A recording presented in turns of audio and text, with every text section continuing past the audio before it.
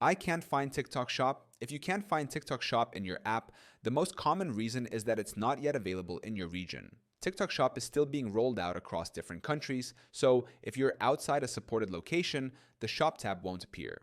To check, make sure your TikTok app is updated to the latest version, as older versions may not include the feature even in eligible regions. If TikTok Shop is available in your country, but you still don't see it, try a few simple fixes. Log out and back in, clear your app cache, and restart your phone.